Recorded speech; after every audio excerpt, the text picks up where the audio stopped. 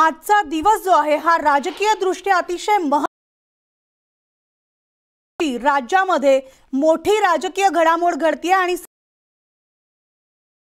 घडामोडीकडे लागलेला आहे। त्यासाठी आपल्या सोबत आहेत ज्येष्ठ कायदेतज्ञ निकमजी, सुप्रभात उज्ज्वल निकमजी। आणि न्यूज 18 लोकमत मध्ये संघर्ष आहे तो निकालात येणार का आणि कुणाच्या बाजूने हा मनाली निकाल कोणाच्या बाजूने लागेल याचं भविष्य आज मला सांगता येणार नाही, परंतु आपण मगाशी म्हटल्याप्रमाणे की हा आजचा निकाल एक निश्चित न्यायालयीन क्षेत्राप्रमाणेच त्याचप्रमाणे राजकीय क्षेत्रात देखील एक माइलस्टोन असाच। अर्थात हा अंतिम निकाल राहणार नाही, कारण याच्या पुढचं देखील सर्वोच्च न्यायालय आहे, उच्च न्यायालय आहे।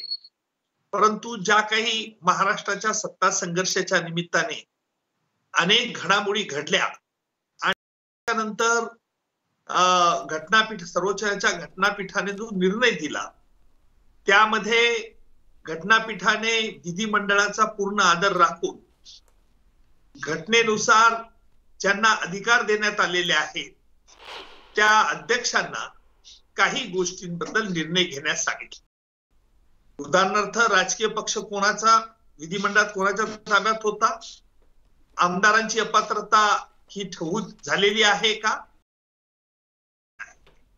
आता गमतीचा भाग असा आहे की सर्वोच्च न्यायालयाने हे घटनापीठाने व्हीप हा जो होता शिवसेना पक्षाचा म्हणजे ठाकरे गटांनी जो नियुक्त केलेला होता सुनील प्रभू यांची नियुक्ती कायदेशीर ठरवली आणि भरत गोगावले यांची नियुक्ती त्यांनी बेकायदेशीर। आता परंतु निवडणूक आयोगाचा निकाल शिवसेना हा पक्ष शिंदे गटाकडे दिलेला आहे निवडणूक आयोगाने, आणि त्याबद्दल देखील सर्वोच्च न्यायालयाने कुठले भाष्य केलं जर नसलं तरी राजकीय पक्ष विधिमंडळ कोणाच्या ताब्यात होता हा निर्णय घ्यायला सांगितलाय। आणि निवडणूक आयोगाचा निर्णय काही असला तरी म्हणजेच याचा अर्थ असा की अध्यक्षांना पूर्ण स्वातंत्र्य दिलं आहे की विधिमंडळात ह्या सगळ्या ज्या घडामोडी घडल्या त्यावेळेला राजकीय पक्ष कोणाच्या ताब्यात होता। आता त्याबद्दल अध्यक्ष महोदय काय निर्णय देतात हे बघणं देखील महत्वपूर्ण आहे। कारण असं आहे की ज्या वेळेला हे जे आता सध्या शिवसेने पक्षाचे जे एकत्रित आमदार आहेत हे सुरुवातीला निवडणूक चिन्हावरती शिवसेनेच्या अधिकृत निवडणूक चिन्ह निवडून आले, त्यानंतर कोणी त्यांच्याबद्दलची निवडून आलेल्यांची आमदारांची लिस्ट जी आहे यादी ही विधिमंडळाला सुपूर्द केली होती आणि त्यात त्याची नोंदणी कोणाची झाली आहे कोणाच्या सह्या आहेत या बाबी तपासाव्या लागतील। इन शॉर्ट सांगायचं म्हणजे की काही तांत्रिक बाबी देखील या संपूर्ण प्रकारात निर्माण झालेल्या आहेत। विशेषतः 10व्या परिशिष्टानुसार अपात्रतेची नोटीस बजावण्यात आली, त्यातील जी कारणं आहेत ती 10व्या परिशिष्टानुसार सबळ कारणं अपात्रतेसाठी ठरतील का याबद्दलचा निर्णय देखील विधानसभेच्या अध्यक्षांना द्यायचा आहे। आता जर समजा अनेक हे पिटिशन वेगवेगळे पिटिशन्स आहेत आणि अध्यक्ष महोदय ह्या वेगवेगळ्या पिटिशनवरती निर्णय देताना काही तांत्रिक बाबीची पूर्तता न झाल्यामुळे काही पिटिशन डिसमिस करण्याची शक्यता देखील नाकारता येत नाही, फेटाळून लावण्याची। म्हणजे यांची फेटाळून लावल्यानं निश्चित दुःख होईल आणि ज्यांचं जिवंत राहिलं त्यांना देखील आनंद होईल। म्हणजे कुछ खुशी कुछ गम अशा प्रकारचा प्रकार या संपूर्ण ह्या आजच्या याच्यामध्ये निर्णयात बघायला मिळेल असा मला अंदाज आहे।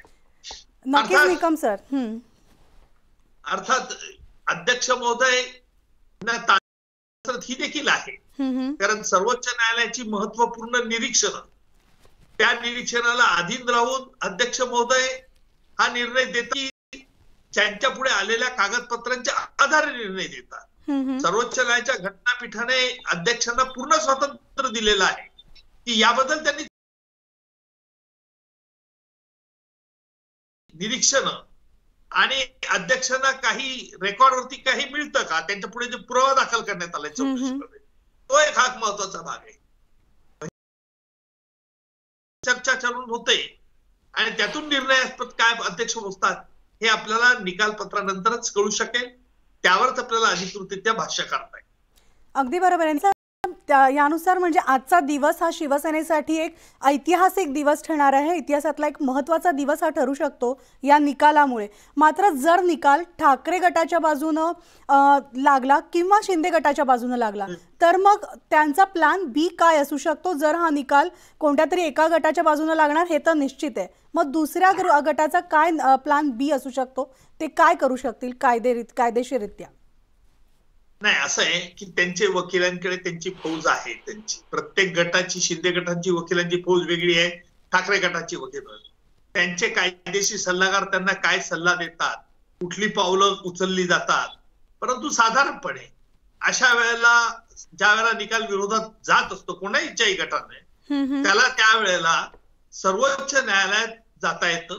कारण आता महत्वाचा भाग असा की सर्वोच्च न्यायालयाने जी निरीक्षण नोंदवली आहे त्याचं पालन अध्यक्ष महोदय करतात की अध्यक्षांना काही वेगळा पुरावा मिळतो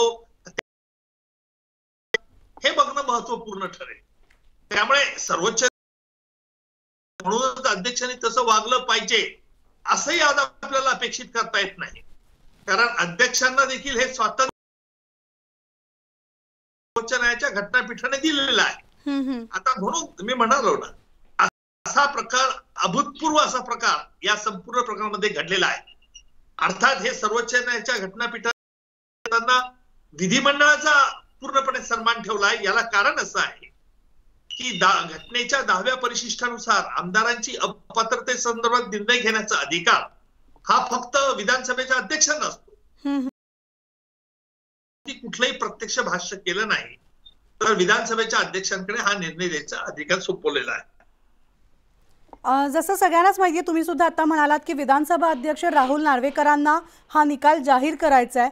मात्र साधारण 1200 पानांचं हे निकालपत्र असू शकतं.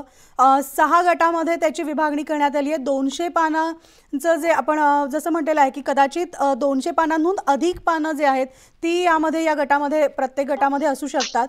त्यामुळे याचं सगळ्याचं वाचन करताना निकाल घोषित करणं जी प्रक्रिया आहे ती पुढे जाऊ शकते का? नाही, निकालाचा आज त्यांचा विधानसभेचे अध्यक्ष आज ऑपरेटिव्ह पार्ट वाचतील, त्याच्यामुळे त्यांचं निकालपत्र पूर्ण हे तयार असेल. परंतु ऑपरेटिव्ह म्हणजे काय की एक ग्रुप केलेला आहे, 6 पिटिशनचे एक ग्रुप केले आहेत त्यांनी. त्यामुळे हे पिटिशन यांनी दाखल केलं होतं ते मी फेटाळून लावतोय, यांनी अपात्र संबंध हे केलेलं होतं ते मी मंजूर करतोय. अशा प्रकारचा त्यांचा निर्णय म्हणजे ज्याला ऑपरेटिव्ह पार्ट, फायनल रिझल्ट काय हे फक्त आज ते डिक्लेअर करते. संपूर्ण 200 निकालपत्राचं वाचन आहे आणि त्यांचं निकालपत्र तयार असेल. न्यायालयामध्ये देखील संपूर्ण निकालपत्राचं वाचन केलं जात नाही, तर फक्त ऑपरेटिव्ह पार्ट हा वाचला जातो, निकालपत्र नंतर येतं. अगदी निकालाची अवघ्या राज्याला प्रतीक्षा होती, मात्र या निकालाकडे देश त्यामुळे हा निकम सर एक बेंचमार्क ठरू शकतो का देशासाठी? नाही, अध्यक्षांचा निर्णय हा बेंचमार्क ठरणार नाही. परंतु कारण अध्यक्षांच्या निर्णयावरती कायदेशीर प्रक्रिया पुढे चालू होईल. कारण कायदेशीर प्रक्रिया म्हणजे जो ग्रुप दुखावला गेला असेल, जो गटाला दुःख झालं असेल, तो गट निश्चितपणे त्या निकालाला आव्हान सर्वोच्च न्यायालयात देऊ शकतो.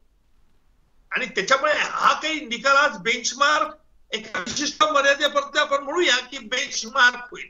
कारण विधिमंडळाचं अध्यक्षांचा अधिकार हा अबाधित सर्वोच्च न्यायालयाने मान्य केलेला आहे आणि त्याच्यामुळे हा अबाधित मान्य केले असल्यामुळे त्याच्यामुळे तो एक वेगळा भाग असू शकतो. परंतु त्यावरती जर कुणी अपील केलं, त्यावरती कुणी सर्वोच्च न्यायालयात गेलं तर तो बेंचमार्क होईल. ज्या गटाचे आमदार अपात्र ठरतील तो गट सुप्रीम कोर्टात जाण्याची शक्यता आहे आणि असंच होऊ शकतं. म्हणजे पुढची जी प्रोसेस असेल पण ती मग प्रक्रिया कशी असेल सुप्रीम कोर्टामधली? मनाली आता जर न्यायालयाने जर निर्णय बघितले तर साधारणतः विधानसभेच्या अध्यक्षांनी दिलेल्या निर्णयात न्यायालय फार हस्तक्षेप अपवादात्मक परिस्थितीत करत असतं, मग सर्वोच्च न्यायालय असेल. त्याच्यामुळे कारण असं आहे की आपल्या घटनेचे जे आपले वेगवेगळे आपले लोकशाहीचे जे वेगवेगळे बुरुज आहेत, या बुरुजांमध्ये कुठेही एकमेकावरती हे होऊ नये, क्लॅशेस होऊ नये याकरता घटनेमध्ये जी तरतूद करण्यात आलेली आहे. अर्थात जर सकृत दर्शनी काही बेकायदेशीर गोष्टी घडल्या असेल तर सर्वोच्च न्यायालयाला देखील त्यामध्ये इंटरफेअर करण्याचा अधिकार आहे. अर्थात ज्या गटाच्या विरुद्ध निकाल हा लागेल त्या गटाला देखील सर्वोच्च न्यायालयात त्याविरुद्ध दाद मागता येईल, यात शंका नाही. त्यामुळे सगळ्यांचं लक्ष जे आहे निकम सर या निकालाकडे लागलेलं आहे. अर्थात तुम्हाला सुद्धा तितकीच उत्सुकता असेल. मला उत्सुकता काही नाहीये. मी आता 11 वाजता कोर्टात जाणार आहे. मला काय उत्सुकता काही नाहीये.